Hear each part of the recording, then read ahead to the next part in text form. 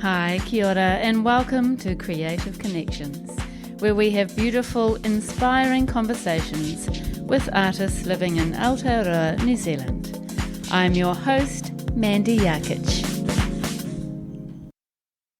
Welcome to episode 178.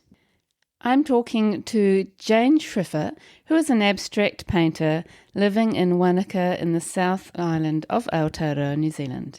Jane paints intuitively, layering colour and texture, making her beautiful marks with a palette knife. In this episode, we have a fantastic chat, which I really enjoyed, about Jane's experience studying painting at Dunedin School of Art as an enthusiastic 18-year-old, only to leave university with her degree, but not return to painting for 10 years.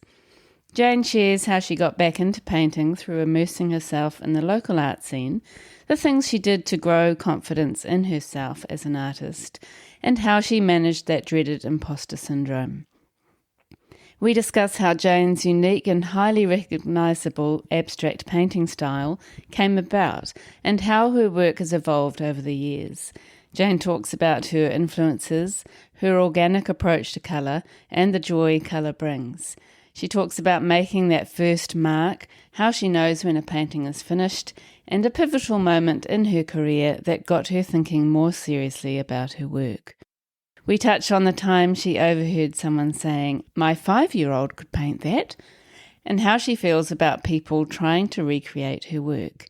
We also touch on the different ways people respond to the colour pink, the joys of abstract making, how she comes up with the quirky titles of her paintings, and what they express to her.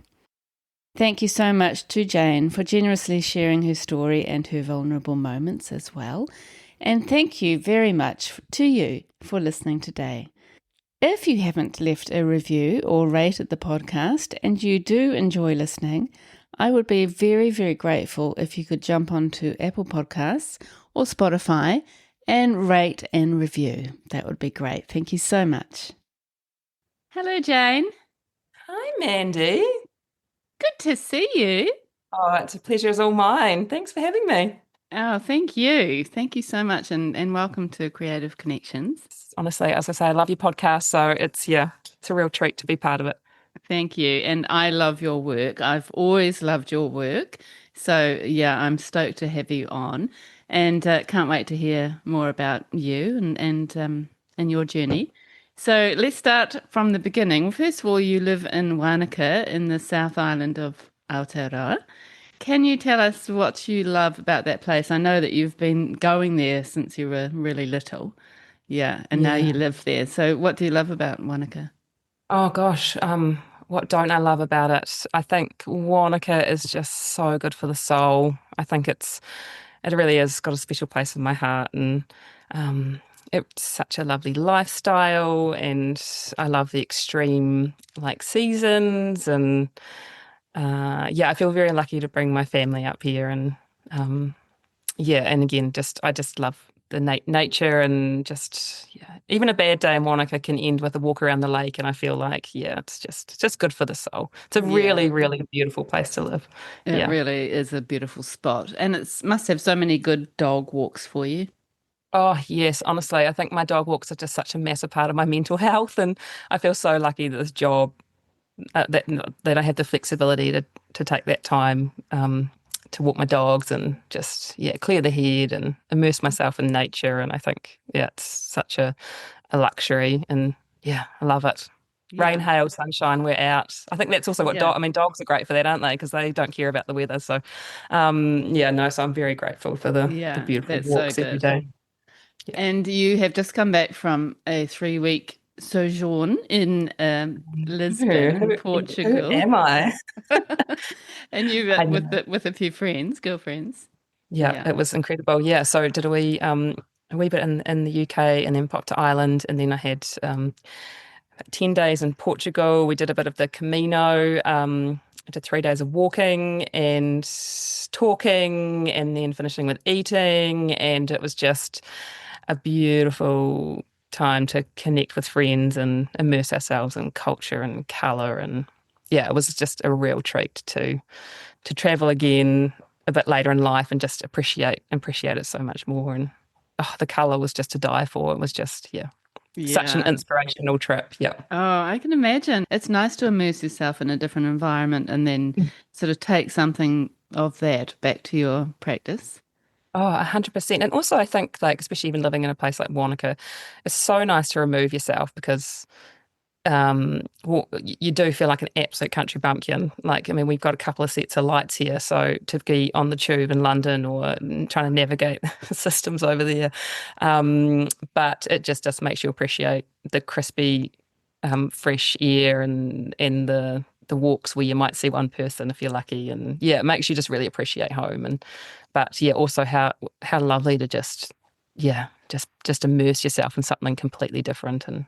Yeah, Mm, was so yeah. cool. Really, really, really, really cup filling. And I think you'll know every parent and every mum, sometimes you're pouring from an empty cup. And I think we forget sometimes that our cups need to be full. And this was an extreme way of filling the cup, but it was amazing. Yeah. Yeah, it's so good. Highly Well, recommend. Yeah, you highly deserve recommend. it. Yeah, I would love to get to Portugal actually.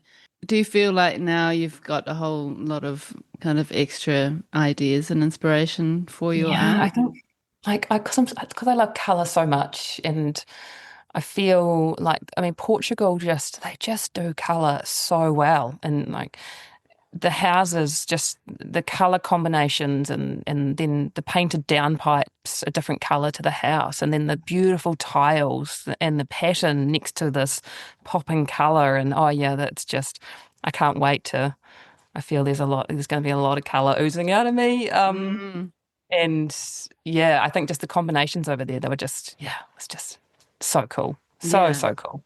I Yeah. love that. And it's a little bit the same here, but probably not quite to the same extent. But we were just saying before recording, New Zealand, as sort of beautiful as it is, it is quite conservative in the way we use color, and especially in housing.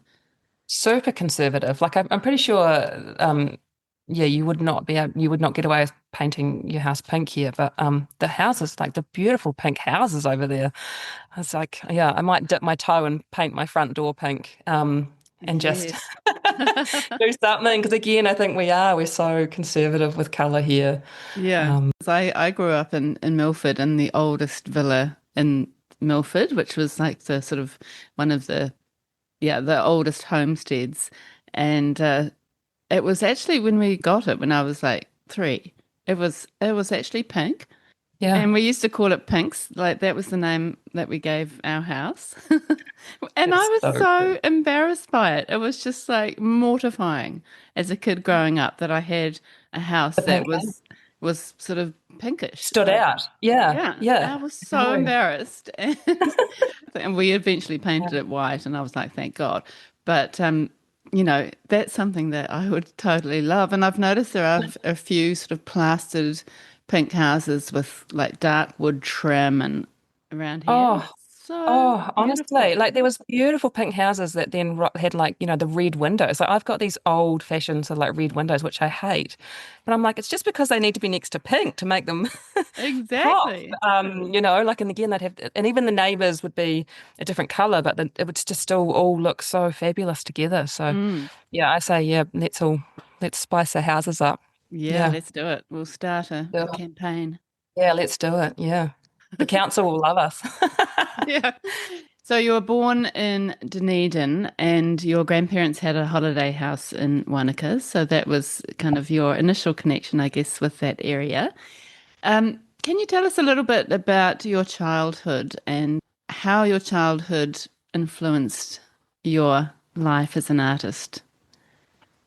Yeah, yeah, born and bred in Dunedin, and yeah, my grandparents had the holiday house in Wānaka, which was always like we would come as kids for our holidays, and we were lucky enough to ski here, and then I sort of worked all through high school and stuff. I came up to the summer and worked in Wānaka, so it was always a big part of our life, but.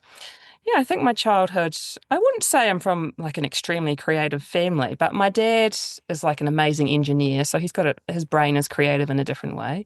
My mum was like an amazing, so, she sewed all our clothes as kids. And like that. And my grandma was probably quite creative. My sister went on to do like design, so she's definitely got a creative eye, and she's got an amazing taste for art as well. So I think, yeah, we sort of like all creative in our own way, but yeah, I'd have to say I'm the one that took it that step further. Yeah, you did. You Um, certainly did. yeah. Mm. And at Um, high school, you must have been feeling pretty good about art. I mean, I have read that you got 54% in maths in NCEA, which is what I got, which is a surprisingly. Christmas miracle. I can't still to this day. I'm like, how did I pull that off? You managed to pass. I know. I had tutoring in maths in fifth Oh, form because I was really good at maths up until fifth form, and then something changed. I do blame the really bad maths teacher, but partly, but yeah. also the maths thinking was different. Like it suddenly went on to these random things which I never really got I my know, head and it was around. so stressful, wasn't it? Because it was like, if you didn't get school cert, then you wouldn't carry on to get bursary, and if you didn't get bursary, you wouldn't get a degree, and then you'd basically be living in a cardboard box. It was like this pressure to like to actually Yeah. nail the school system. But anyhow, yeah, managed to get to maths and then in school cert, and then I never did it again. Um, and then I was the first sort of student at my school, which was quite an academic school, to do 3 arts for bursary. So I think I was probably not. Yeah, I was pushing the boat out a bit there, but it was, I knew it was my lane. I knew that was, what I was good at, and or it's what I enjoyed, and yeah, it just felt like that was. And so then it kind of was a natural progression. I had a really lovely art teacher, and I hear that a lot in your podcast as well about there's always that teacher that kind of pushes you or Mm, encourages you, and it's so important, isn't it? yeah. And so she helped me do my sort of. I decided I was going to go to art school. Um, and then she sort of helped me do my portfolio to put through to art school, and then yeah, and then off I went to art school. Wow, that's amazing. And Yeah. you're one of the young ones there, which is always interesting to hear Oh, how that yeah. journey went. I know art school was a time. I think again when you're going into it so young, straight from school, and um y- yeah, I think again I hear it so much on your podcast, and it's so nice to sort of also hear that people's journeys are sort of a similar one, because you sort of come out of art school sometimes, or I did, and I thought, wow, that was maybe not for me, or like I didn't nail that, or I just felt like I got my degree in the end, but I felt like I was hanging on by a thread.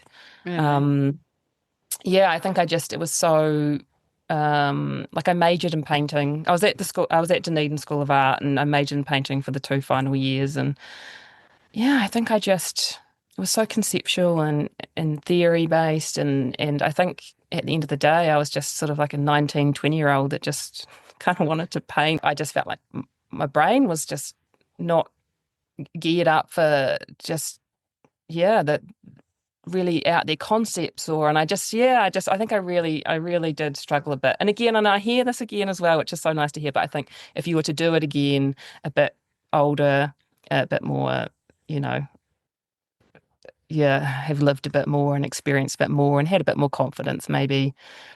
But I think when you're so young as well, when you're going into those critiques, and you're not really sure if what you're doing is right. Yeah, I think it did. It took a toll on me for sure. I mean, I got there in the end, and I'm proud of myself for doing that. But yeah, definitely I didn't I don't think I did anything art related for 10 years after art school. Yeah. That Yeah. is really, really Yeah. interesting. And that is also something Yeah. I've heard before, but we'll talk about that in a second. But just back to the actual degree time. Were you, as an abstract artist now, as an abstract painter, were you really wanting to go abstract at that time when you were studying?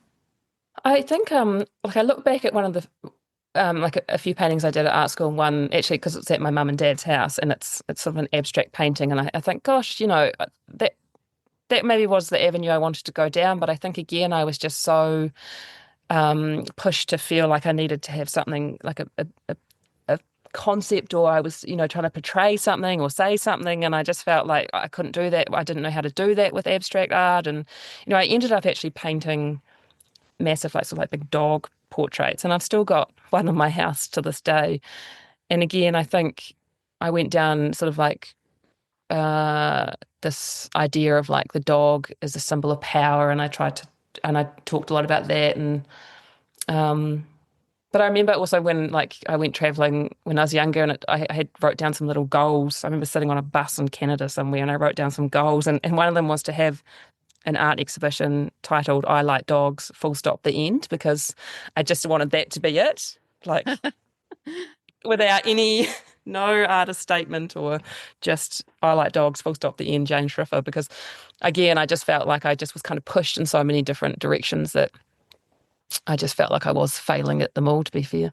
Yeah, Yeah. and I can imagine for some young people it could be tricky that you know that you have to kind of really get those ideas out there and what you're trying to Yeah. communicate when you're not necessarily actually feeling it. It's a little bit like 100. at high Yeah. school, you know, when you're trying to be sort of intellectual about it, but sometimes you might not be feeling it, but then you feel like you have to go there. And yeah, I can imagine if you're not authentically feeling it, it could be really tricky.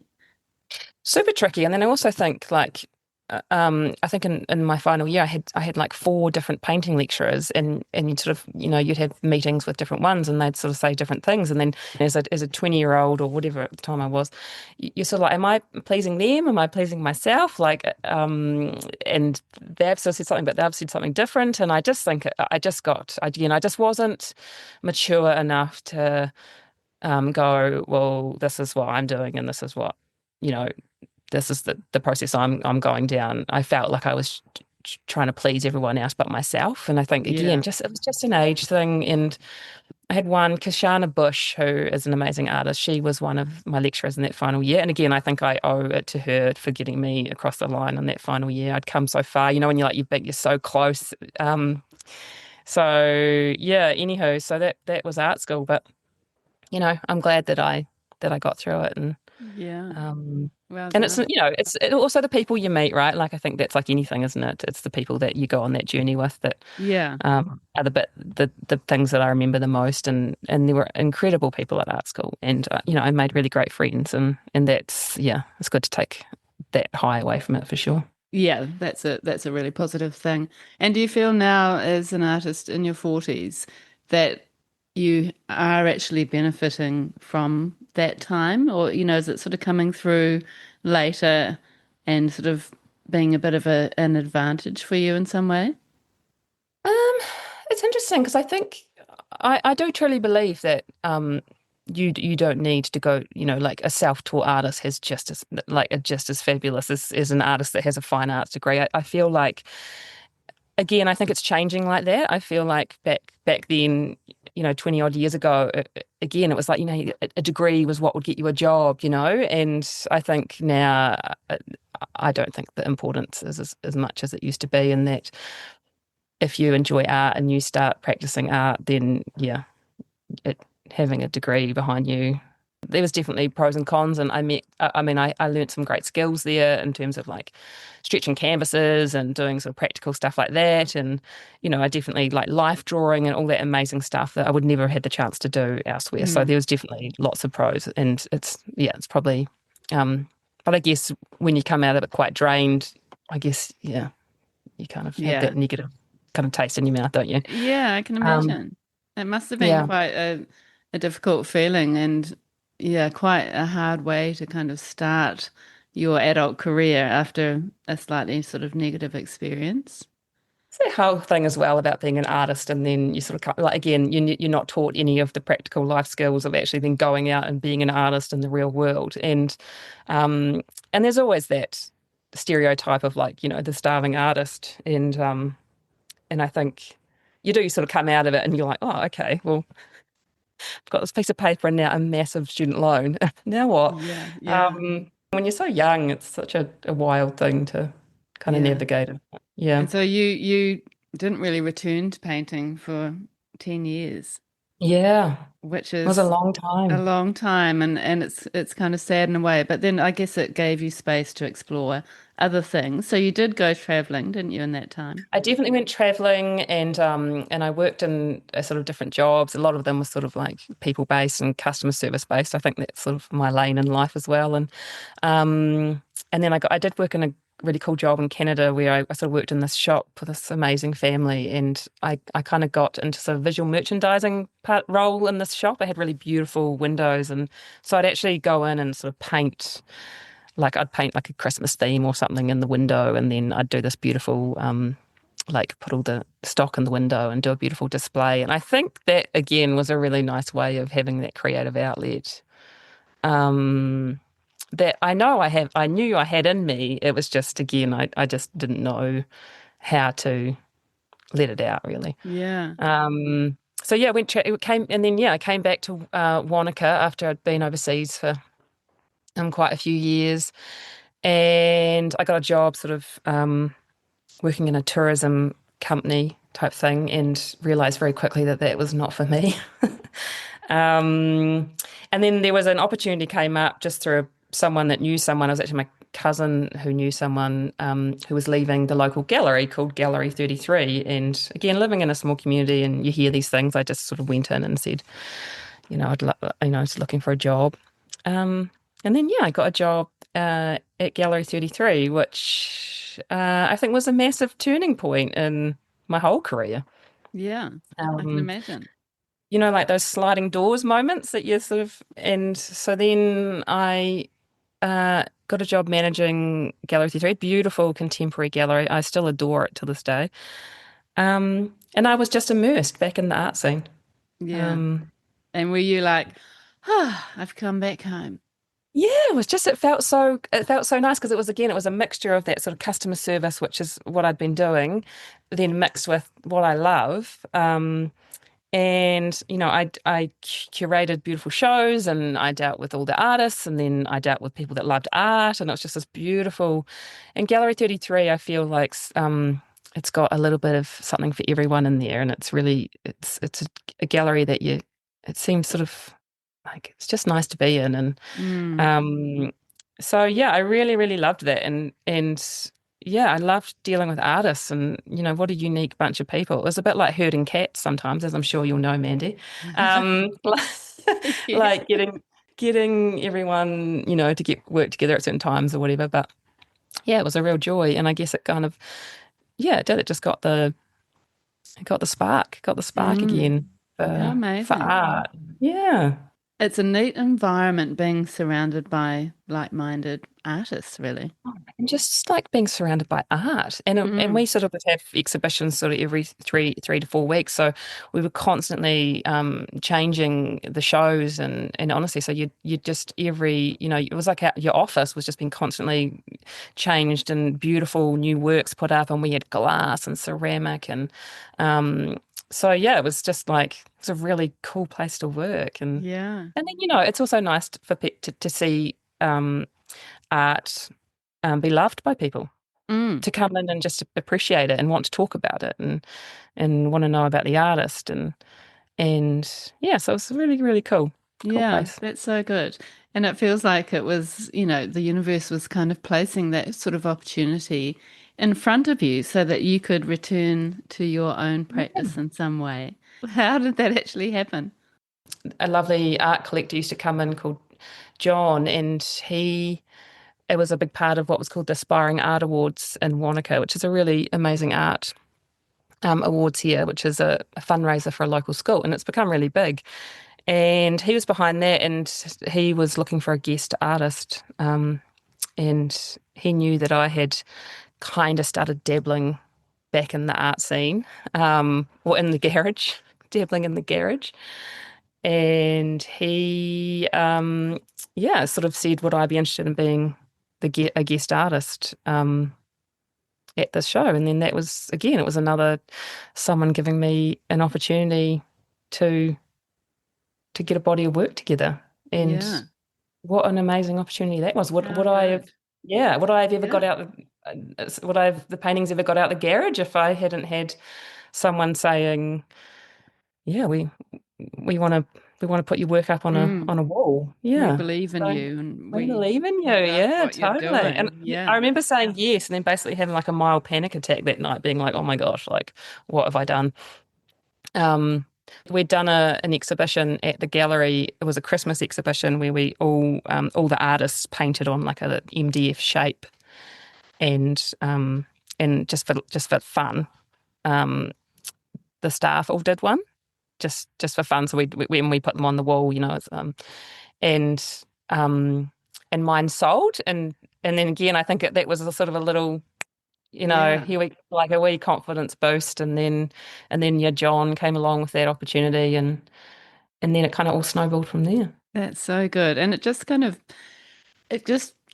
goes to show in a way that, surrounding yourself in some sort of artistic community or some environment where there are these potential opportunities is really important, I think, for people starting up, just to get those kind of opportunities instead of hiding yourself away. It's harder, but then to be kind of out there and in amongst it, you know, it's Oh, more it's likely so to happen in a way. Oh, 100%. And it's so important. And it's even if you're just putting yourself out there to put yourself in like local exhibitions or it's so important because again you don't know who's watching or looking and yeah, it's a hard thing to do sometimes, but yeah, like you Mm. say, and in being in sort of I mean, I was so lucky that I was just immersed in this art scene that um, I was really lucky to get those connections. I'm really fascinated to know what you were making to start with. So is it the kind of similar to what the work that you're making now, 10 years later or 13 years later? Oh my gosh, it's so different. I think every artist looks back at their older work and sort of like cringes. Um, but I started off really quite flowy and drippy and again a bit colourful. I've always been in the colour corner, but I think yeah, and then even as my work sort of started to sell more, yeah, it was still had this kind of it's hard to explain. Like I would use a mixture of acrylic and oils, and I'd use brush and palette knife, and they were still sort of textured, but yeah, I always sort of had like drips going down them, and they felt quite loose. Whereas now I feel like mine are really quite rigid, and I think over 13 years, and it's by no not. There's never been a point where I've thought I'm going to do this. It's just been an organic change. Just more painting, more painting, more painting. And then the more you do it, the more you sort of, I don't know, something seems more natural, or like the palette knife became my thing. Like I ditched the brushes and I just became a one palette knife girl. So that was a big change. And then I just also went straight to oils. I ditched having sort of like the acrylic base and just went straight to the oils. Um, but I think also that is also representation of my life. I think like pre-kids, my work was sort of quite loose and flowy, and then when I was sort of like thrown into motherhood of like routine and the sort of relentlessness of it, I think my work Yeah. became very quite blocky, and so yeah, I mean, That's it's just interesting, been an isn't it? organic, yeah. Yeah. And were you thinking at the beginning, I just need to paint, like I actually do want to start painting again. How did you get over that hurdle of thinking, feeling like you lacked confidence in that area and you weren't sure of yourself? How did you get through that and what were you actually thinking before you started painting? I think I had that real burning desire to move paint around again, and I think the beauty of just painting in your garage is, and not like you don't have to show anyone. Like you can just have that creative outlet. Go in, like I'd go into the garage after work when I was at the gallery, and I would just paint. I'd put my music on and I'd just give myself a couple of hours. And I was in a pretty like dingy little garage with not much natural light, and but it became my space and it became my little creative outlet. And I would just go in there and do it. And it was never like, when you take the pressure. When you're just doing it for you and it's not to make money, or it's just to actually just enjoy the process and just to put paint to canvas again. Yeah, I guess it just was a something I just felt like I needed to do and that I wanted to Mm. do. And when you Um, started painting, were you like, oh my God, this feels really good?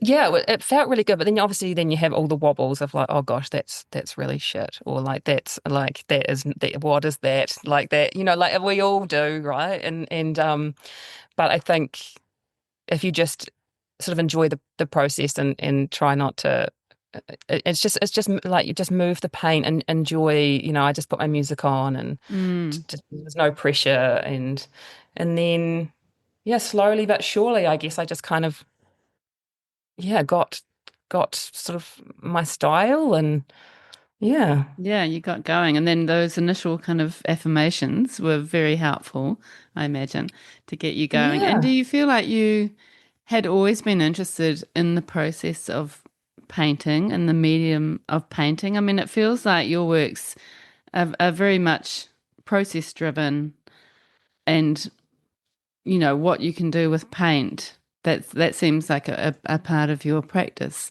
Was that something that was appearing when you were younger or at university at all, or did it just kind of come out later? I think it just kind of came out. I think um yeah, I mean I think you go into it not really like again, you're not taught how to paint at art school. I mean, I knew about different mediums and I knew about different things like that, but I think the whole process of it was just and I think it's like anyone, you just have to put paint on canvas. You just have to Mm, make that first mark. You just have to just allow your mind and your hand to have some sort of connection and just put it down. And I still think that to this day. I'm like, you just have to, yeah, just yeah, start. just Yeah, get into it. just So get for into it. for someone who has never seen your paintings before, how would you describe them?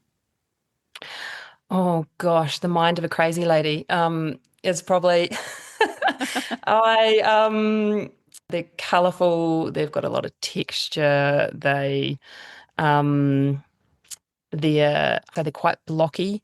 Um they're they're I guess for me they're compositionally I'm always trying to find that balance between light and dark. And so yeah, like honestly, Mandy, I don't even really like people always say, what do you do? And I'm like, I sometimes don't know what I do, but what I do is trust that my head and my hand have something going on. Yeah, And I just I just allow that to happen, yeah, you know? absolutely. Like it A- is I don't go into it trying to represent something or I'm not in there. There's no you know, I just yeah, the painting is the painting Mm. and I just allow myself to do it. Yeah, and Yeah. I mean they are so beautiful. I absolutely love them. I'd love one for my house one day. Oh, you're kind. Yeah, you're No, but kind. they are beautiful. They are beautiful paintings. They just are. I mean nobody could dispute that. And I just love the way that you oh there's so many things I love about it actually. I love the organic way that the paint things happen with the paint, which probably you don't necessarily expect or sort of plan for. Um, and that sort of sharp line of the palette knife, but then also sort of contrasting with real soft, kind of blurry parts as well, which almost feels like a abstract landscape sometimes. Yeah, I think so. I think sometimes people do see sort of like abstract landscape, and I don't know why. I guess in some ways, I think nature's such a massive inspiration for me, and I think like Mother Nature is the color queen. And again, I get to walk down beautiful rivers where it's like there's turquoise and blues, and then there's mossy greens, and there's just color everywhere. And um, I think I also love. Like, there's just no rules. Like, I feel like when I squirt my colors out, I just don't think, oh, I shouldn't do that with that. I just let it go and I just let the colors play together. And obviously, I think over time, I've got, I guess that's become my thing of just making those colors work together and I can move them around with my palette knife. So there's little glimpses of the green in the pink um, and I think that's sort of, I guess, what my work's sort of become is just, Mm, yeah, it's a combination of color and light and dark and yeah, and the mind of a yeah, crazy lady. I don't think it's the crazy lady. I think I actually feel like it's quite ordered in a lot of ways. Yeah, I guess it has become a lot more ordered, and I think I do have quite a systematic. Like I do start with like one palette knife stroke in the middle of the canvas, and then it sort of comes out from there. So there is sort of a system in the way that I start. Mm. But other than that, there's no planning involved. I think maybe that is also like PTSD from art school of needing like 7 workbooks. Um, so whereas I just go into this like whatever I'm feeling, yeah, Yeah. whatever. And like I say, inspiration comes from anywhere. Like it could be I'll meet my friend for coffee and she'll have on amazing green shoes and like a purple fleece or something, and I'll think, gosh, that looks so cool. And then I'll Yeah. just want to go home and paint green and Yeah. purple. Yeah. I guess it is quite, I mean, you could say in a way that you're a bit of a colorist. And even the sort of color field painters, I feel like you could almost, you're sort of heading towards that kind of group of artists as well. And I suppose color is your starting point, really, isn't it? Oh yeah, 100%. I think color, yeah, that is my I mean it just really sparks joy for me. Mm. Color just and I think yeah, I think and I hope that's what my paintings do for anyone that's around them, or is that I just really hope that they spark joy for whatever reason, like and whatever you see in them, or if, say if you are seeing a landscape, or if you're seeing but I do love about my paintings, and this is what a lot of people say, is that every time you look at them, they'll see like a different pocket of color together, or and so it kind of, and then sometimes when the light hits my paintings, they sort of come to life because all the texture and the blobs sort of shine, and I love that. I love them sort of coming to life. Yeah. They are quite And almost 3D. They feel quite sculptural in some ways. yeah, I mean, I just love paint so much. I'm like, more is more, more. And like, I just try not to think about it like when I eat my chocolate bars, I don't think about the calories. It's like the cost of paint. I just try and not think about that. And I just squirt it out, and yeah, I literally squirt out so much at one time, and then I just mix in a liquid just to help with the dry time. Yeah. And then I just use that pure oil, and I just cut loose with it. Yeah. Beautiful. And it's such a So lovely fun. texture, isn't it? Yeah. And the way, like you were saying, the way the colors all kind of end up together on the palette knife almost accidentally is Yeah. is so beautiful. And I feel like in some ways each little stroke is like a mini painting. Yeah, I think that, and I think that's the cool thing, and that I do love about my work as well, is that I can never ever recreate a painting. Like I will never be like. Sometimes there's like a beautiful mark, and I think like I always find my favorite mark in each painting, and I always think I couldn't. There's no way I could ever recreate that. And I think I do love that. That just that time at that exactly that time I had all like a little bit of blue there and on the palette knife, and then it mixed with that, and then the way that it sort of like smeared into each other creates this beautiful um mark on the canvas, and I love that. Yeah. Yeah, I love that Yeah. too. And that's what I love about abstract making is that you're kind of just working with your medium and things happen that you didn't necessarily expect. And how do Yeah. you know when you finished a painting? Oh gosh, is that is the always the question, isn't it? And again, I think that's come with time. That has definitely come with time in sort of like getting to the style, and um sometimes I definitely have to do the like walk away, and I have a lovely studio that's out in sort of the backyard, and it's all sort of glass at the front. And I'll often even just go and stand at the painting from sort of like the driveway and look at it from a distance, far, far away, so that I can kind of just see and if it's compositionally resolved. And then sometimes I always live with them because I think the oil takes so long to actually get to cure or get a skin on it, that I'm always living with the paintings for quite a long time. So um, I guess that gives me a good chance to sort of, yeah, really ask myself the question, like, is that done? Is that finished? Mm, Yeah, yeah, I could keep going. I could keep going. I could always be putting on yeah, another blob. Yeah. yeah. And so you can, while it's still not completely dry, you can add little bits if you wanted to. When it gets a skin on it, then I can't move my palette knife. So I can definitely go into certain sections where I've got a smoother bit. So when I'm going into paint, I have to allow myself a good like it has to be a day that I'm not parent help for swimming, or I've got a meeting or something going on. Like I have to know that I've got a solid chunk of time to get that initial base down. Otherwise, I just don't, I lose the flow of the paint being able to move together. And Mm. yeah. So I guess it puts a bit of pressure on kind of nailing it. But I think that's also how I think my brain enjoys that pressure. I think Yeah. it takes away that, like, layer after layer or layer, or I think it's sort of like, I think I actually enjoy the pressure of of having to get it done to Yeah. to really nail that first bit. Yeah. Well, especially when you're a busy mum of two, and as you say, you've got lots of other things going on. It's sort of a way of really nailing you down and sort of making you focus. Yeah, for sure. I think but I think also the studio for me, and I'm so grateful for this lifestyle that I have, because I think I love my children endlessly, but being a mum is just, it really is the most relentless job. And I think when you have kids, and you sort of almost you lose a bit of who you are, I think, and you almost trying to reinvent yourself sort of when you come out the trenches of young kids. And I think the studio for me always has been just, it's just been a release. It's been a place that I go that's for me, and there's no real pressure other than pressure from me. But if I just get into the zone and into that flow state, I'm not thinking about the washing pile or the 25 other tabs that are open in my head.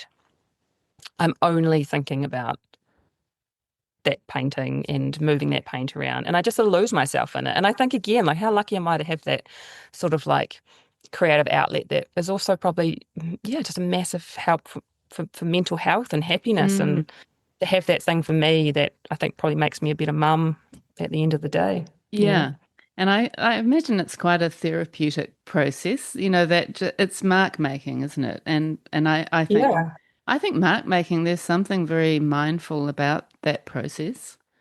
Yeah, I think it is. Like you say, it is. It's like a therapy, and I think, I mean, I just love my palette knife so much, and I just like just getting that sort of like physical movement with your body as well. And I love podcasts, so I'm a big podcaster. Or sometimes I'll just put on some music and just sort of lose myself in the music, and yeah, it's just a beautiful time in my studio. Like it, yeah. Mm. It's so So good that you've found that, and I'm just so happy for you that you've returned to your artistic self, that yeah. you found it after 10 years of feeling like, you didn't have the confidence to go back into it.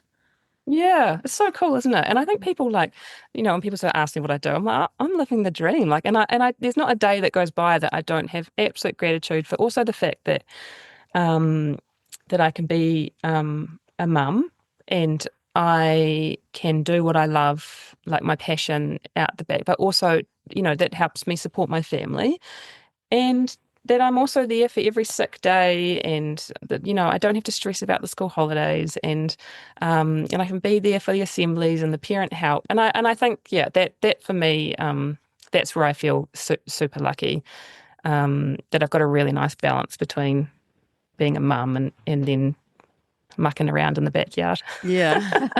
It's such a good combination, isn't it? It's brilliant. Yeah. Well done. And just back to your process, do you do start with one color across your canvas, don't you? And then you start building Yeah. from that. So I always I've always done it from the get-go. I do like a sort of almost like a navy blue kind of color. I don't even know what it is. I've been doing it since day dot. But I think for me, it was always like, I felt like when you're staring at a white canvas, it's a bit like, ugh. So I feel like when I just put that dark color on, it just makes it feel like a safer place to start. And then just squirt all my colors out and I mix them all up. It's also about getting that perfect consistency too. So that consistency to be able to like move the colors nicely. Mm-hmm. So I just have a big sort of like glass palette, and then I just get the colors on there, and then yeah, that first stroke, and then away she goes. Yeah, And you can't just actually really see the underpainting. I mean, you might get a sense of it sometimes underneath things. But Yeah. have you ever thought about, doing a hot pink or some other I know. Yeah, I know color? I do. Like I've done some lighter colors before, I think. And then um yeah, I just don't know. I think it's just become my yeah, I don't know why. It's just become my thing. And so That's your um signal to get that's started. my signal, like we're ready to rock and roll. Yeah. And Yeah, there's some days, woohoo. when you yeah, when you feel like um if I haven't got the time to start a full painting or then I'll just prime all my canvases so that they're ready to go and they're not in that they lose their scary white state and they've got that yeah, just again, Mm. don't know why it just has started that way and it just seems to have carried on. Yeah, I love that. Now, can you talk to us about color palette? So you have mentioned that you kind of just go to the colors that you sort of feel like in the moment. But are you thinking about, a series sort of, an actual body of work and how those pieces speak to each other, or are you thinking of each individual painting sort of as its own piece? Yeah, I think it is very much so each painting to their own. I only ever work on one painting at one time.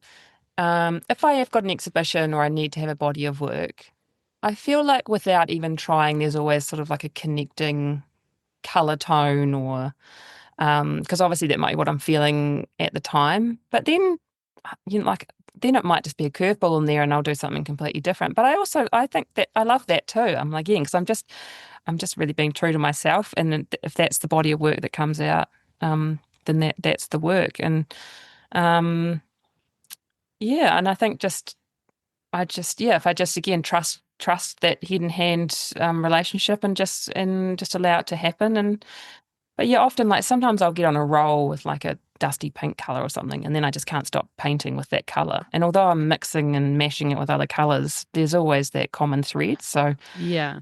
yeah, if I am painting, say, for an exhibition for a couple of months, I feel like, yeah, that pink will always be shining through somewhere. Yes, Um, it does seem like yeah. a bit of a feature color, which I love. And how do you ever sort of come up against people who have sort of opinions on color, like pastel colors and pink? And, do you ever find your audience or people viewing your work feel like it's too frivolous because it's too pretty? I always remember, like, I guess because I'm lucky I've had that experience managing an art gallery, that I always remember thinking, oh, the pink paintings were the hard ones to sell, or, like the wife would love it, but the husband would hate it.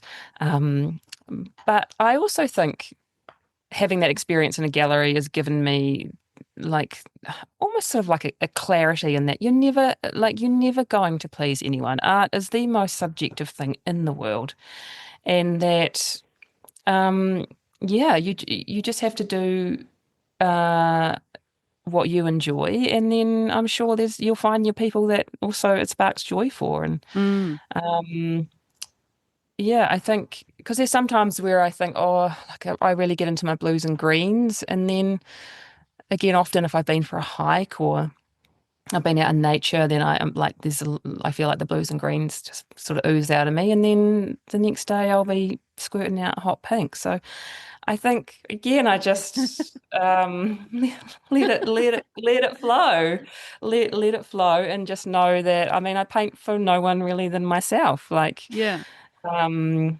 I and think that's if you so lose good. sight, yeah, if you lose sight, if you're painting it because you hope that it's going to sell, and I know that pink sometimes a harder color to sell, but at the end of the day, I'm not paint. Like it's a bonus if people enjoy your work and want to buy it, but Yeah, just don't lose sight of the fact that it's you doing what you enjoy and take that pressure off yourself.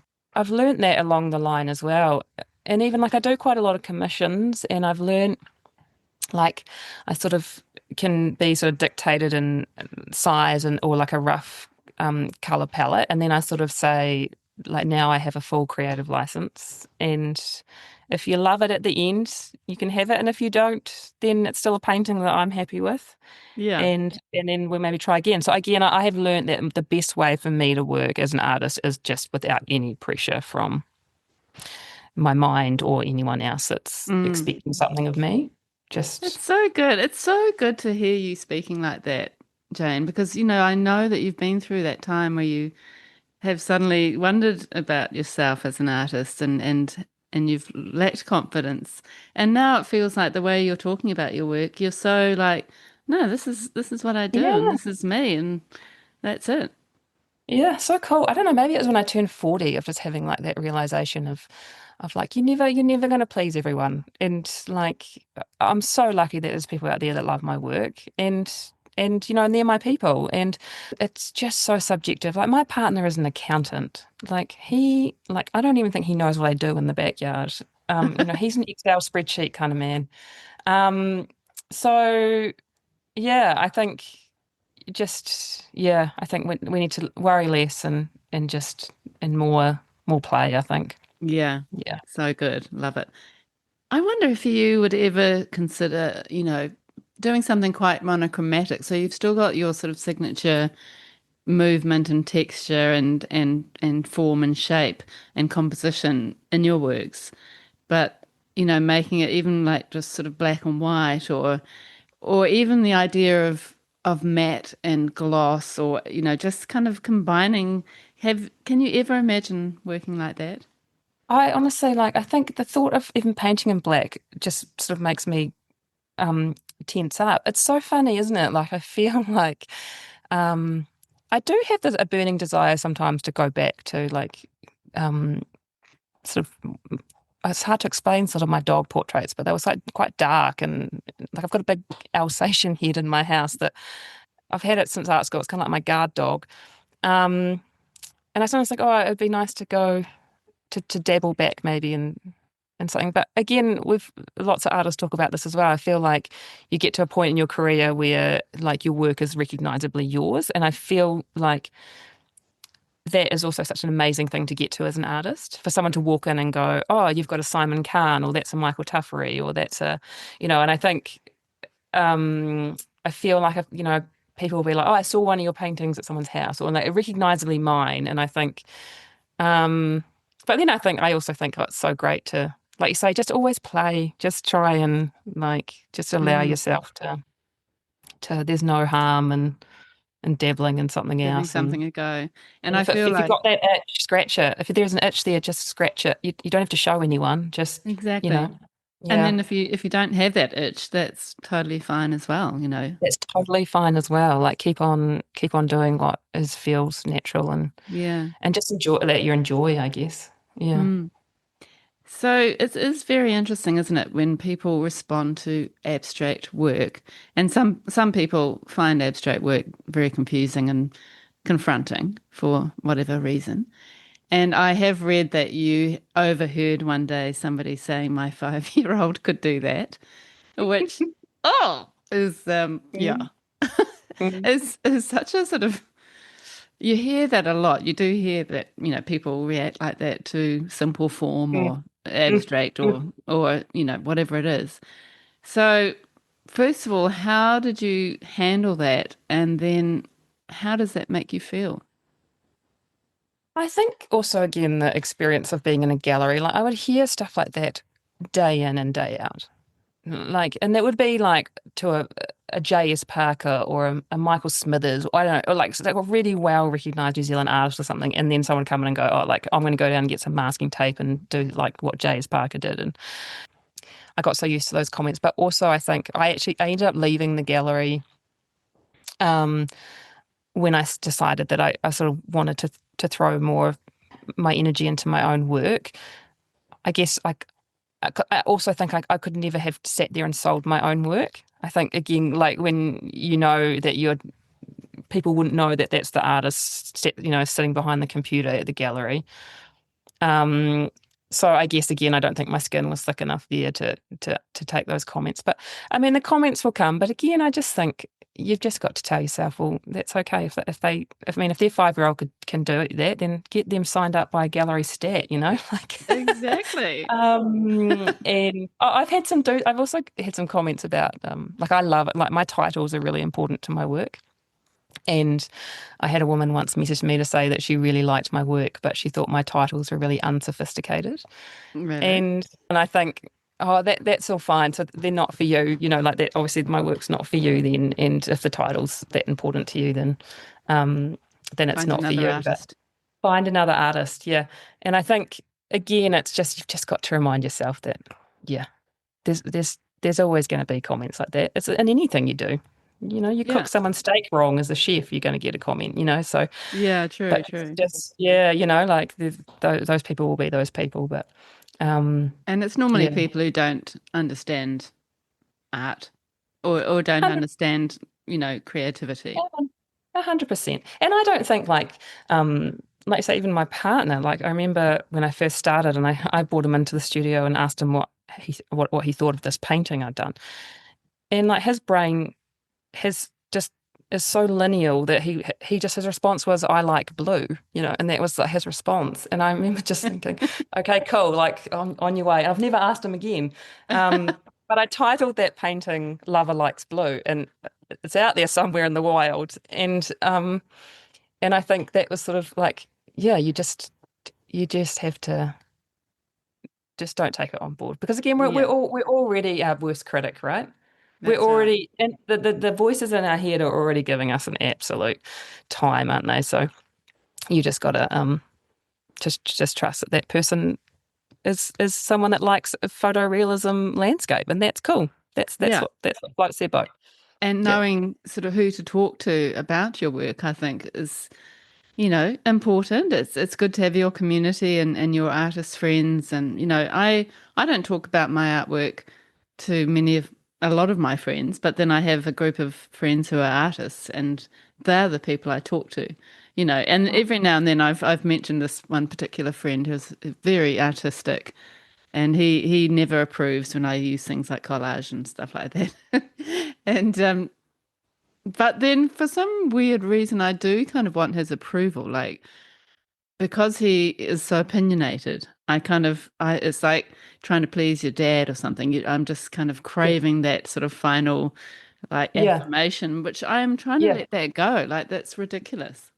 It's so funny, isn't it? And I feel like, again, it's almost like you want this sort of critique, but at the same time you don't. But like, I often send a painting through to my sister and I'll be like, is this rubbish or is this, when you're in the throes of it and you've been painting for 7 hours or whatever, and you're just not sure what you're up to. You just want someone to be like, don't touch it. Like, Yeah, it's step great. away from the painting. Like, you've Yeah. great, you've nailed it. Or that blue, there's too much blue. Like, so again, I think, yeah, like find your people, find your cheerleaders, and just yeah, surround yourself with people that support you and build you up, and Mm, and they don't need to like your work. Sometimes, like I've probably got friends that don't like my work, but they appreciate and support that I have worked really hard for 10 years to get to where I am. exactly. Yeah, And they yeah, respect your individual creativity and what you're 100%. doing. Yeah, it's not Yeah, always about 100%. liking the style, is it? And No, now, no. speaking of style, this is really interesting for me as well. Like, you have created a very unique style, which, as you said, is very recognizable as yours. So, how do you, how did you, I've got so many questions around this. How did you initially kind of get that? And then, was there something that sort of inspired you, or did you see something that made you sort of think of that way of working? Honestly, again, there is not one point I can think of in 10 years where I've thought, today I'm going to go in there and it's going to be, I'm going to work hard at doing like more blocky style or less this.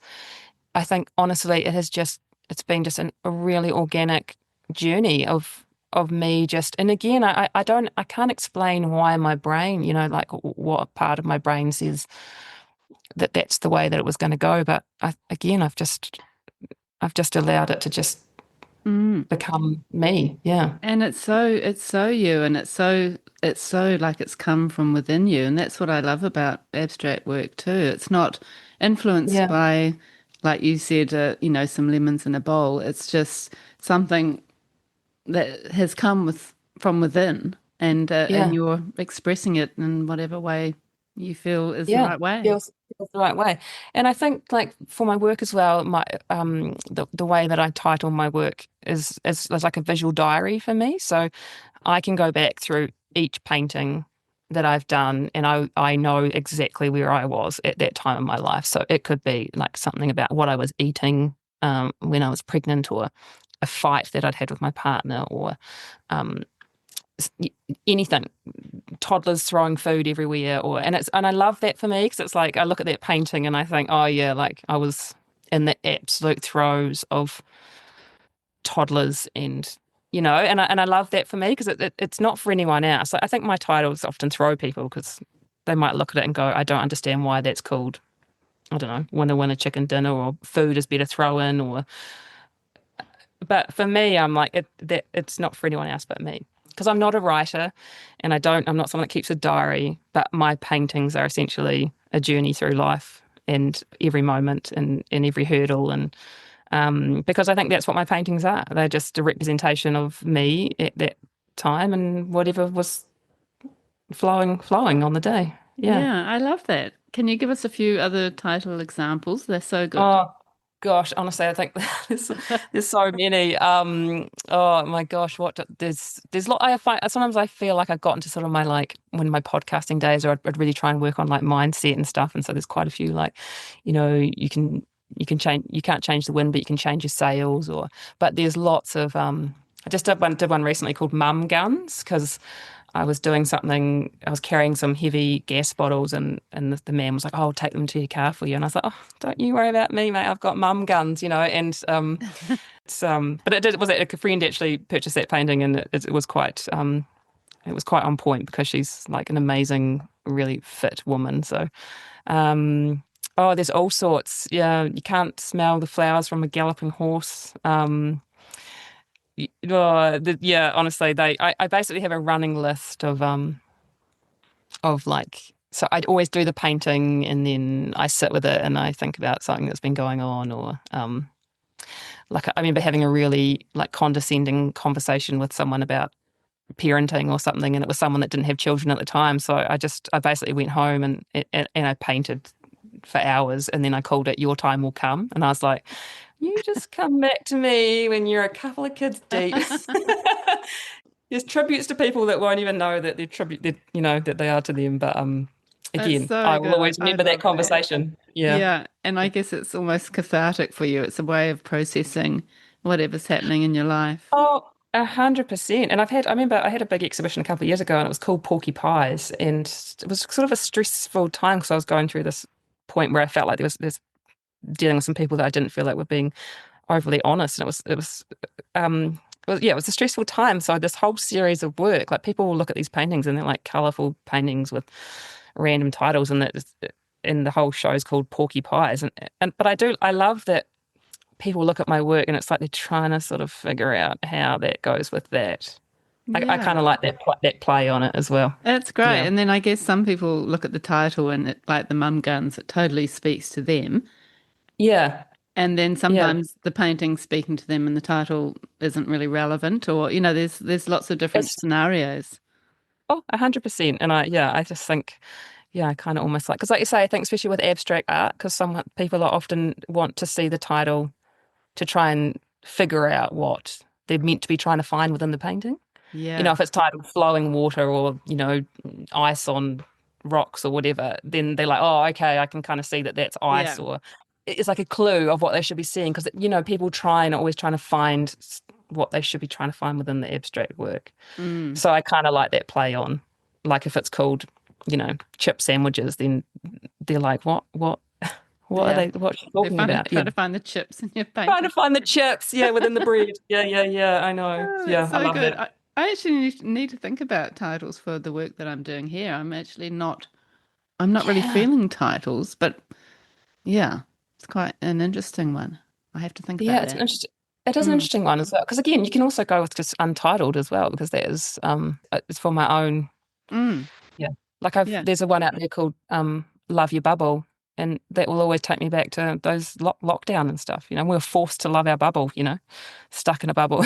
yeah, And I always think that painting I did was at that time. Yeah. yeah, yeah.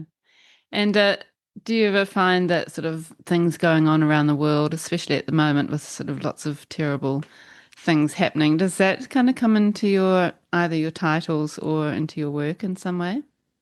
Gosh, the world is such a scary place, isn't it? And I think um, I try actually for my own mindset often to remove myself from a lot of the like me. I mean, obviously, I'm over it, and I know how blessed and lucky we are to live where we live. Like we won the birth lottery, didn't we? And I think, um, yeah, but I think for me, I really am just trying to spark joy within what I do, and I think, yeah, well, we just need more of it in the world, don't we? Yeah, I guess it's exactly. my way of just processing, releasing emotion, having just again absolute gratitude for this life that I live. And I Mm, think sometimes when you're just constantly, um, yeah, looking at the negative, it's hard to not to take it on. It's a yeah, hard one. I mean, the world, and it's a scary place. It's a scary place even for our children to grow up in. And it yeah, is. Yeah, it is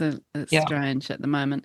But I yeah, suppose too that your practice feels like such a mindful practice that's a sort of partly a way for you to process some things is to take 100%. yourself to the A backyard and work through stuff in your own mind.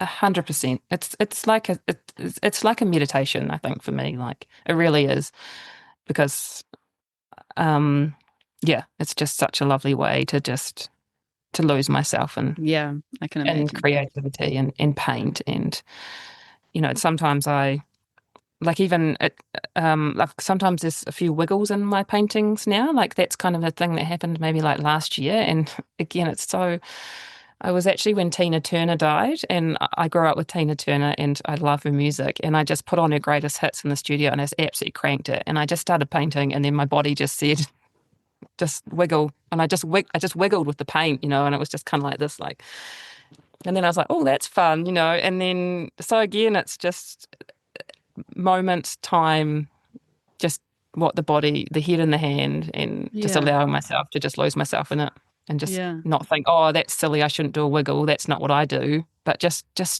allow it to yeah. just to happen. If you're Yeah. feeling it, let it go. Yeah, love Let that. it go. And it's a really interesting one too. This is sort of part of what I was trying to get at when talking about your style. It is so unique, and you've created something really, yeah, very, very you and very individual. What would happen if somebody was like, "Oh, cool, I'm going to try that. I like that. I'm going to buy myself a palette knife, and I'm going to make a Jane Shriffer." And how would you actually react if you saw somebody working in a really similar way? Oh, look, well, I guess I take it as a compliment to really if someone wanted to recreate my work. I mean, no, like no art is it's it's original, but people take inspiration from everywhere, and um, I think it actually kind of happened.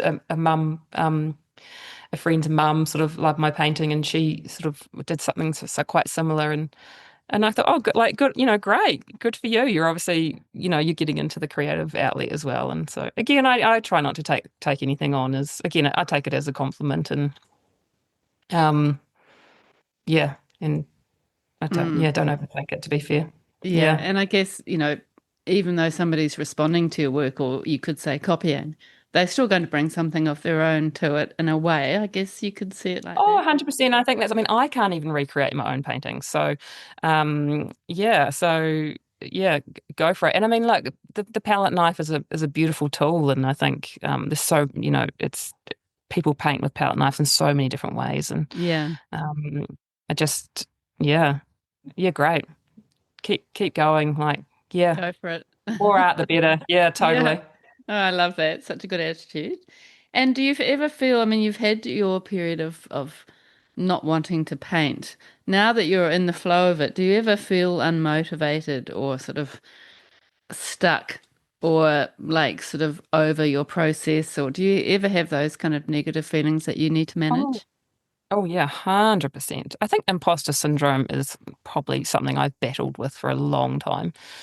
And if it wasn't for the galleries sort of like helping me direct, pricing and stuff over the years, I mean, even though I did it as a job, I could have priced someone else's painting in a heartbeat. But when it's your own, I just can't, I just found it really, really hard. Um, but I think, yeah, I think that's it. You just there are days, of course, that you're not going to feel it, and I think that's okay. And I think you also need to allow yourself to have those days. And if I do have those days, then I might just like do a bit more of the admin stuff, or just prime canvas, or um, because I mean, you know, when you do have your own little art business, you are jack of all trades too. So you know, you'll know that it's a balance between the actual painting and then everything else. Like my partner, who's an accountant, like he tells me I'm hands down his worst client because it's just like like receipts that are not where they should be and things coming out of different accounts. And I'm like, I'm here to paint the paintings. Like, Yeah, the planets aligned us for some reason together so that you could do the exactly. paperwork. That's your area, my love. Um, that's your area. That's not my avenue. With time, you learn that's okay. Like it's Mm, okay to not be producing all the time, and that you need to have those breaks as well to just like refuel the tank. And yeah. And yeah, you're like we said, a busy mum. And it's awesome that you have that, you know, something for yourself, as you were saying. But do you feel like you need a routine for your art or some sort of rituals to keep you honest with the way that you make and the way that you work? Do you need exhibitions to aim for, or, you know, how do you actually make it so that it is a job and you do get work done?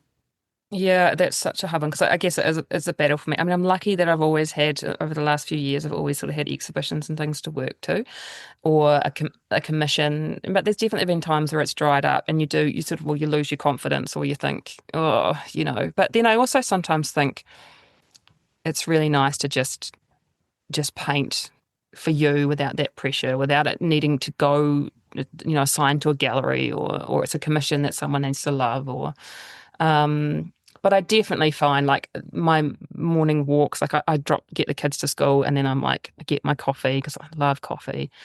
And then I walk and I just like that just sets me up for the day, nature, just yeah. And then I go into the studio, I guess, with just that sort of clear head and then allow whatever to happen. But I think also, I mean, there is definitely a benefit, isn't there, in having a deadline. Like I feel like I'm that person. Like I was always last minute. I'm that person. I'm sure I'm riddled with ADHD. It's that pressure, you know, like that I almost need that. I need that sweat on my brow. Like, is this going to dry on time? Yeah, You know, because yeah, so it is hard sometimes. And people will be like, oh, you just need to create like a fake deadline. I'm like, well, I know it's fake. So yeah, that doesn't work. yeah, doesn't work. But again, I think again, if you can just say, yeah, just going to go in there and have some fun today and Mm, paint and not that it has anywhere to go, but that's okay too, you know. yeah. And it's interesting that you work on one painting at a time. So you basically start a painting and finish it and then start the next one and while that one's drying kind of thing. Yeah. Yeah. Yeah. And then I sometimes will come back to it, you know, again, if I don't think it's fully resolved or, like you say, if I could put an extra couple of blobs in there or, but generally it's yeah, one at a time, I feel like. Mm. I've always been Yeah. like that. Yeah. I admire people that can have 10 on the go. Like, yeah. Yeah, it's been interesting for me working here because I am working on paper just because, you know, I can't transport canvases or anything like that Mm. back home. And I've never really worked on paper, but I'm enjoying the fact that I can just chuck it in the bin if I don't like it. You know, Yeah, yeah, I don't have that yeah, sort of same pressure of always creating a final, you know, work that's going to be sort of hung yeah. up on the Or that wall. massive outlay of cost. You know, it's Yeah, not like a $400 canvas that, you know, exactly. So I don't have yeah, yeah, that yeah. pressure. And that sort of encourages me to be a bit more playful, I suppose. But then I have got quite a lot of work sort of on the go, and I'm just, as I said, I think in the last podcast episode, I'm sticking with one palette that really feels like this place, and just Yeah, playing with that limited palette. And so I'm just kind of dipping back and kind of refining, and because some of the work is quite geometric and sort of precise, then I just keep coming back and they just kind of get better and better. And I've never really worked like that because, yeah, I've more concentrated on one work. One Um, work. and sort of worked through it and then thought, okay, I'm finished. But I quite love the fact that even sometimes I'm like, oh, this is finished. And then I'm like, no, it's not finished actually. I'm going to add this. And although, I do have, there's probably a very high chance of overworking and then, coming back into something when perhaps I shouldn't have.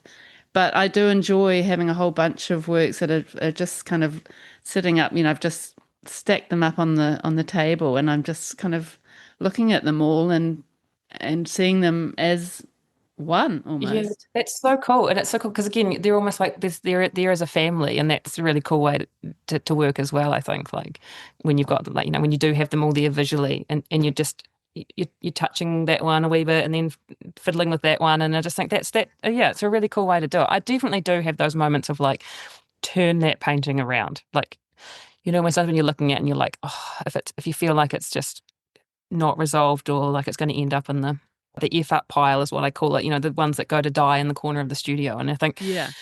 those ones, but sometimes I'll feel like at the end of like a massive painting session, like, oh, that one is just, that has been really chewy at the end of it, when you're just really chewing through it. And I think it just turn it around sometimes, just put it somewhere else and Mm. then come back with fresh eyes. Because Yeah. sometimes I think you just get so caught up in it that, yeah.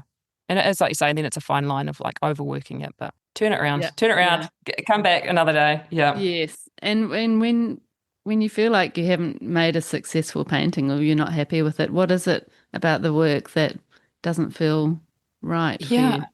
Um, I think it probably comes down to the composition, or maybe I feel like it's just got too blocky in some ways. Like there's one in my studio now that's been sitting on the wall for months, and I just look at it and I think, oh, you're so ugly. I'm not sure like how I could get you back, but that's okay. Like I think that's nothing. You just learn. You're never going to win them all, and it's part of the process. Like Mm.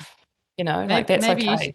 maybe you should do what Lynette Fisher does and sort of pull it off the frame and chop it Yeah. up and do Yeah, totally. something cool with I've it. actually done that before. Yeah, just hack them up with a craft knife. It's so therapeutic.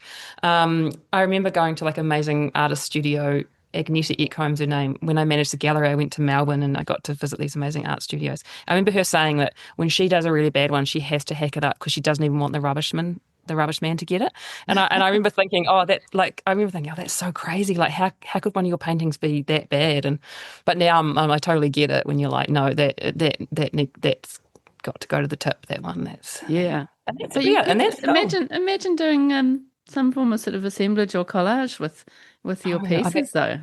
I have got a shredded bunch in my studio. Could be cool. It could be something to Yeah, think yeah, about. yeah, Yeah. yeah, Yeah. yeah. Very cool. I've also got like a when I scrape my glass palette, um, I always get so much chunky paint off it because again, I'm probably not great at using like I squirt out so much, but and I envisaged making some sort of like sculptural formation with all these delicious, Paint colourful skins. paints. Yeah, they're so Yes. yummy. Yeah. Oh So I just yeah. keep them. It's just a corner of paint skins as well. Yeah. Amazing. Yeah, I can definitely see your work, taking some sort of sculptural form potentially, maybe one day. Just Yeah. going into a slightly different range with the same kind of feel, but different. Yeah. Yeah. Who knows where the Jane Shriffers are gonna go. Exactly. Yeah. It's Yeah. exciting. And so you are clearly selling a lot of original paintings, and I imagine that's a big part of what you do. But do you also make prints of your work? Because I can imagine them coming up quite beautifully. I've never I've thought about it. I've just never gone through with it. Um I've actually thought about maybe possibly just doing prints of like actual like details or like zoomed in sections of a painting. Like, Yeah. I always have there's always that one like stroke or mark that I love, and I think, oh, it'd be cool to kind of blow that up. But I don't know. I've always worried whether like the text, like I feel like the textural part of my work. I just wonder whether that would be lost. But I guess it's something yeah, I should dabble Mm. in. You Or should. try. A friend of mine's actually got like a cool printer, so I have thought maybe I should Yeah. yeah. I guess it's I also think, just nice to have that price point as well, isn't it, of your work and yeah. And it's something that you could just sort of it could tick along and you could sell without too much input off your website or Yeah, maybe in some galleries having some prints or maybe that could open up sort of potential for showing just your prints in another place potentially. yeah, I love the yeah, idea of blowing up parts of it and having yeah. and even like Well, I really just love as well small. then, yeah, small, but also like I love that then like it doesn't sort of like devalue the original painting in any way. Yeah. Not that I think it does. I guess I came from that gallery background where people used to think that, prints would devalue, which I'm not sure is the case at all. But I think again it just would mean that no that the original painting really it'd be just a little tiny chunk of it that you'd never really know that where it originally came from. Yeah. I really Mm, love that idea. yeah. And then, Okay, Mandy, I'll try. I'll get onto that. do Yeah. it and I'll buy Yeah. one. Yeah, you're on. You're on. But it's just an interesting way of playing with scale and I mean, I worked alongside print art for a little while this year and seeing what they can do with their machines, you literally feel like you're actually looking at the original artwork sometimes. Yeah, that's amazing. And I think you're right. I think it's come a long way, isn't it? So Yeah. yeah, I think yeah, I need Yeah. to maybe try something different. Mm. And you Yeah. do work in circles sometimes, don't you? Yeah, I love a circle too. So the circles are actually boards, and then the squares or rectangles or whatever are always canvas. So that's kind of a different feel for me. Obviously, the palette knife kind of bounces differently Mm. on the harder surface. So I feel like my rounds sometimes there's sort of a different play with the paint. But yeah, I quite like the round format. Yeah, it's quite fun to paint on. But to be fair, I'm probably like I'm square. I'm a square girl at heart, so I think I really enjoy. And I do love scale too. Like Yeah. I love like feature, like big, like lose yourself in it. And even when you're painting it right, that physicality of a like when you're on your tippy toes, like I love that. Um, I was lucky enough to pop to the Tate Modern, well, like 10, not 2 weeks ago, and yeah, the scale of the work in there, and it just yeah consumes you, and I love that. Yeah, I really Yeah, love. and that works so well for your work. I mean, imagine a work that's a whole wall. Oh yeah, That I would mean, it be would probably make amazing. people's eyes hurt. You'd probably it'd be like one of those like magic eye art book things that we used to have as kids. But yeah, I do love scale. I mean, I love any like even just any art, right? Like I feel like when it's in big scale, it's just so Yeah, it's powerful. so powerful. But Yeah. I think that would be another interesting way for you to think about your work is to think of it as an installation where you're, you know, potentially covering a whole wall, floor to ceiling. I Mm. mean, that would be insane. That would be insane, wouldn't it? Yeah. Who You would be should think willing to about allow me that. to cut loose on their fresh white wool? Yeah, but even on a board that's the same size, Yeah. you know what I mean? And then you Yeah. could potentially cut it up into smaller pieces Yeah. You could do like a later. big Yeah, diptych or something. I know. Yeah. I Yeah. think you Oh, should look Mandy, into that. there's a lot, you're getting the, Oh my God. yeah, getting the Getting, ideas going here. Yeah. yeah, well you inspire me and I just love your work so much. I feel like there's other places that you could take it, which would be super interesting. Even It's imagine fun. it on a ceiling. Imagine. Oh my God. Okay. And Pretty steering cool. there. I don't think that would not be the relaxing way to get to sleep. Um, but yeah, again, I mean, how cool is color? How cool is paint as a medium? Yeah. Like you say, that it's endless, isn't it? It is. Like, And there is a lot of movement in your work. It's textural and you can really get a sense of movement, which is quite powerful in itself. Yeah. yeah, I think yeah, especially when sort of like the odd wiggle is in there. I like that because it's just a real cool play on like the real blocky lines. Mm, And yeah. then there's some random little squiggle in there that comes out of nowhere. Mm, But yeah, and again, I like, yeah, I like that. I like the play on it. yeah, totally. And you mentioned Gallery 33, which you are still with as an artist, which is really Yes. lovely. And Oh, so so cool. that's in Wānaka. So you also have work in Christchurch, Nelson, Tamaki Makaurau, and Auckland, and Christchurch, or did I say, and Dunedin?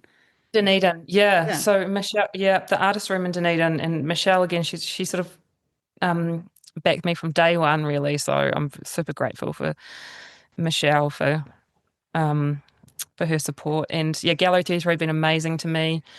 Um, and yeah, super grateful for the putting my work on there. Beautiful Mm. walls and yeah, lovely gallery in Christchurch, Windsor Gallery in Christchurch, and they've got Flagstaff Gallery in Auckland, who've been amazing. So Carrie invited me to be part of the Auckland art show last year, so that was really cool experience. The art in the And park. sorry, yeah, the art in the park, yeah. And at Eden Park, and that was yeah, super cool experience. And Did again, that I go think well? yeah, it was cool. It was I mean, it's full on. It's really hard. It's out to stand in front of your work in front of thousands of people. It's like, I mean, I've had a lot. I mean, lucky to have had lots of exhibition openings and things, and I'm still like this. I feel like a fish out of water in front of your own work. But so that was definitely it was a different. It was a bit of a challenge, but yeah, I really enjoyed it, and to be surrounded by just amazing artists and to meet the And getting artists, like a to lot of artists know that I'd them. followed for a long time, like Yeah. Sam Leach and just these people that you sort of follow online, and it was really cool to see their work in the flesh and meet the artist as well. Yes, that was really cool. So yeah, and then Carrie kindly put some of my work in her gallery. And then Parker Gallery in Nelson, which is sadly, I think they're actually going to close down soon because they've problems with their lease. But yeah, I'm super grateful um, to the galleries for the support. And Mm. yeah, I think That's so they're a good. huge, yeah, it's so nice. And I think because I wasn't in the gallery scene for a while there as a manager, I do really appreciate the work that goes on. But, like they earn their commission and it's, a lot goes in behind the scenes of selling a work. So I'm super grateful Yeah. that that they've supported me, and it's not it just helps with your confidence, I think, again, because they really can mentor you and help you again with your pricing and where you are and in your career. And yeah, that's because that's the hard part. Like again, when you've kind of the imposter syndrome sinks in, I feel like the galleries.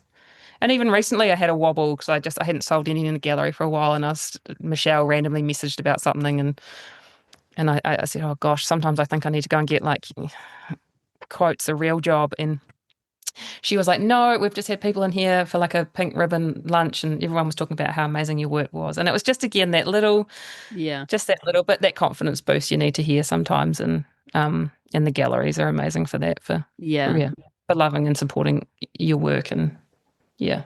That's so Putting good. it on the wall. Yeah. Do you sell very much through Instagram? And if so, how do you kind of manage that with work from your galleries?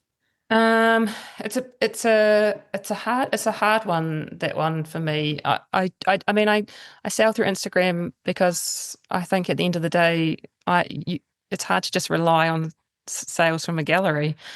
Um, so I'm grateful to get commissions through Instagram, and a lot of the time it's just people that have followed me for a long time, or and then want to get a work, which is amazing. Or honestly, a lot of the time it's people from my past, or like old people from the same school, or Old and I love boyfriend. that. Yeah. I must get on to him about that actually. Um, and yeah, so I think I think when you first start out, you think, oh gosh, it's just like mum's friends that are buying my paintings. But now I'm like, I'm so grateful. Like even my best Yeah. friend, like one of my longest friends, recently commissioned a painting.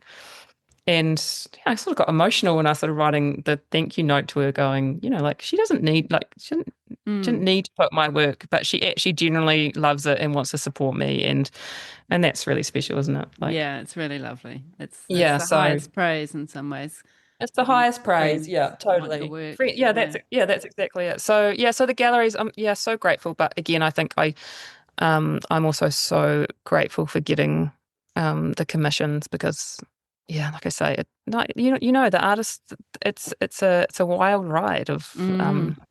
highs and lows and sporadic paychecks and questioning you know if you're doing the right thing. And I think if you do just have to ride that wave sometimes and know that, you know, there's there's someone's going to love that work eventually. And again, Yeah. I know that from the galleries, like there could have been works in there that was in there for 4 years, and then the right person came in that day and they fell in love with it, and and off they went, So Yeah. And I think too, you must see working in a gallery that people come in and they love someone's work, like absolutely love it, but they may not buy it, you know. yeah, So there's 100%. still people engaging and interacting and appreciating. Oh, 100%. And every comment, even when you post something on Instagram, because like you say, you're posting yourself out. Sometimes it's crickets, and you're like, oh my gosh.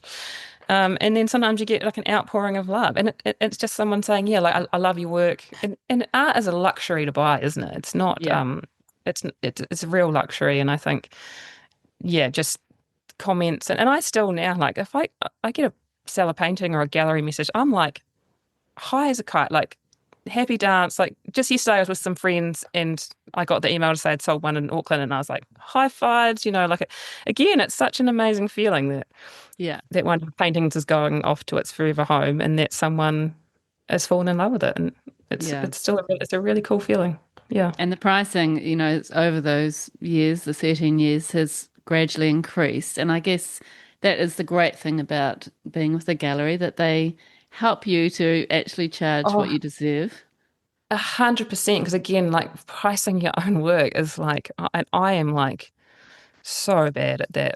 I again, yeah, I apologize. I apologize when I have to send out an invoice. Like, I really need to get better at it. But I'm like, oh, I hope you love your painting. I'm really sorry, but I'm just going to send through that invoice. And but again, I think, like you say, the galleries are really good at pointing you in that direction, and Mm. I'm super grateful. If you sell something privately or do a commission, do you match the same sort of pricing as the galleries are asking?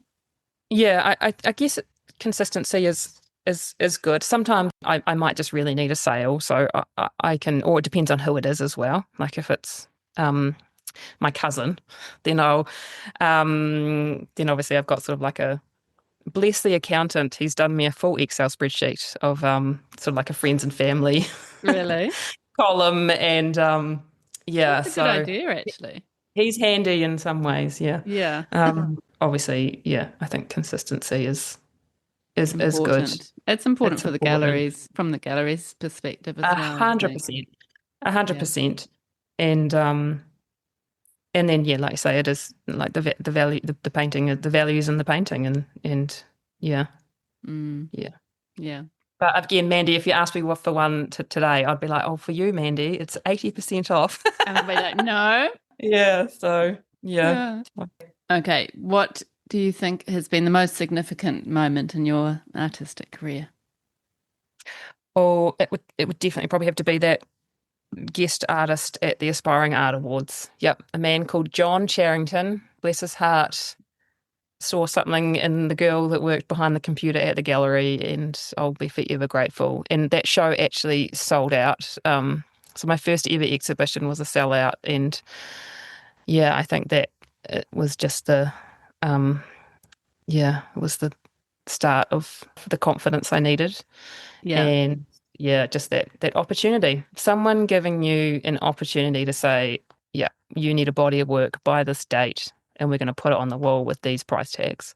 The directors of the gallery at Gallery 33 helped me with my pricing, um, and yeah, just a real a leg up, an absolute leg up for me. Yeah, Yeah. And yeah, quite a pivotal moment just as far as, massive. how you saw yourself.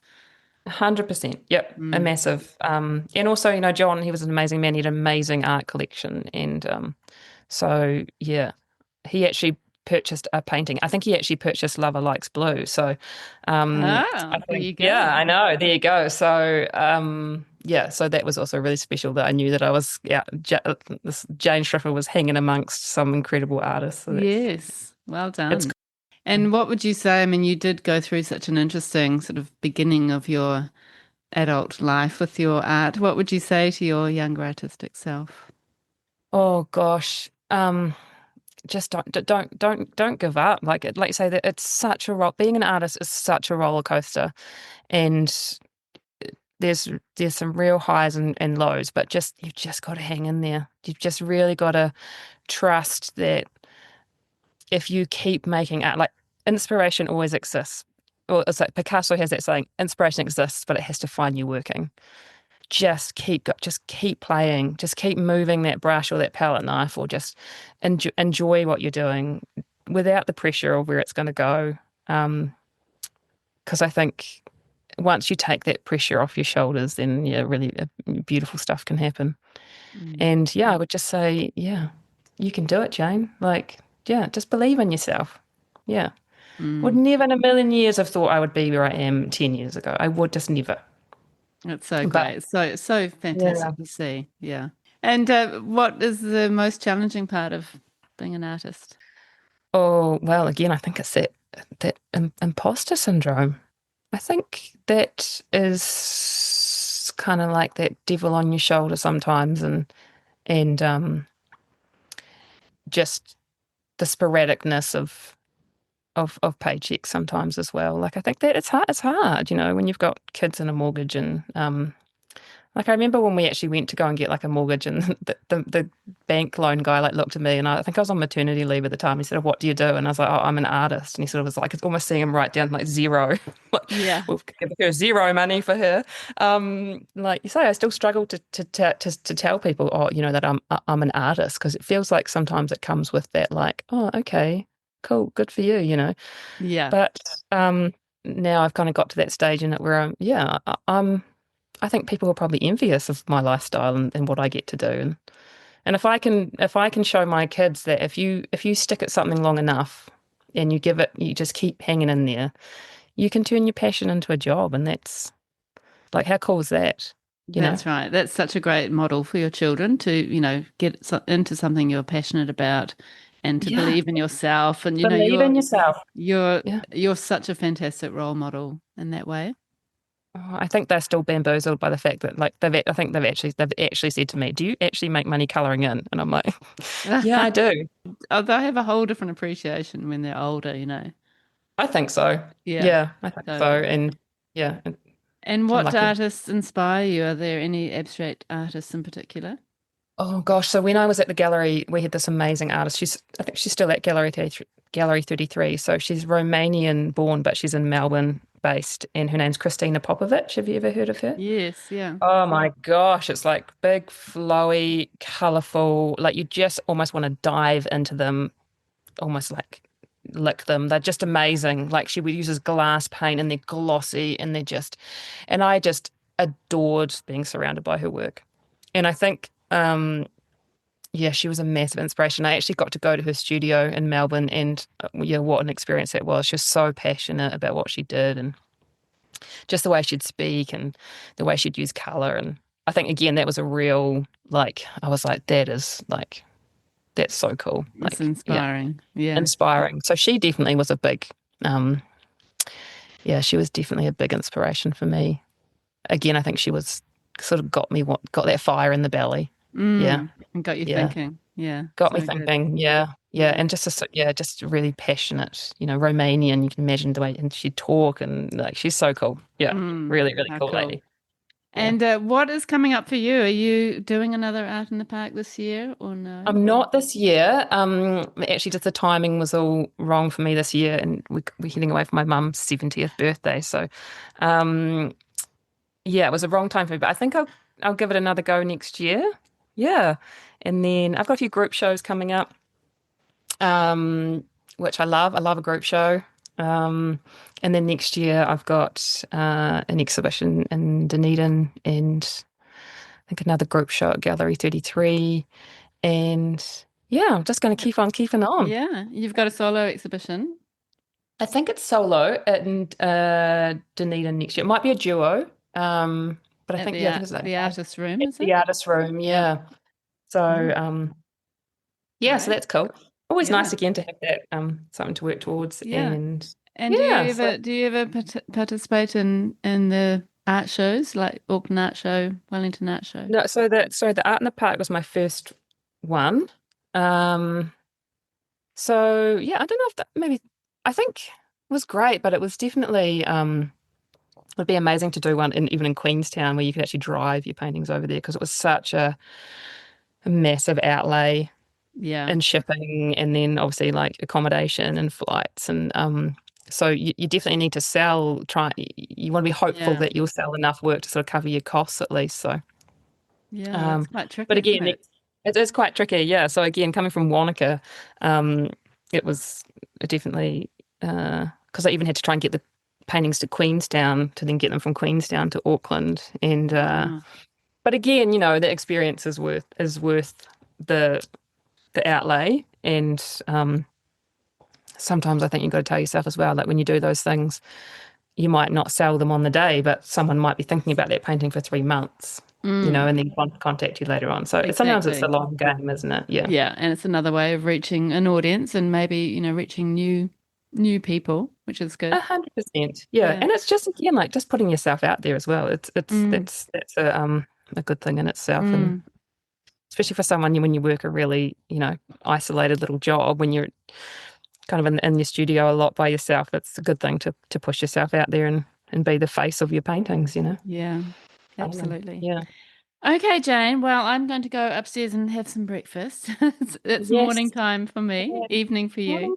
Yeah. Oh, well, it's been really such a pleasure to meet you, and I hope that we can meet in person sometime. And thank you so much for being on the podcast and sharing, your real feelings that you've experienced. I think a lot of people will gain something from that. So thank you so much. Oh, thanks so much, Mandy. Again, honestly, I was a bit like, oh my gosh, she wants to talk to me. And yeah, what a pleasure. And I love what you do. I love what you're doing for the arts and this community. And like I say, it's always nice to hear other people's journeys, to know that not one journey is smooth sailing, and that, yeah, and that we're all doing great, great things in the art world. So thank you and enjoy your breakfast.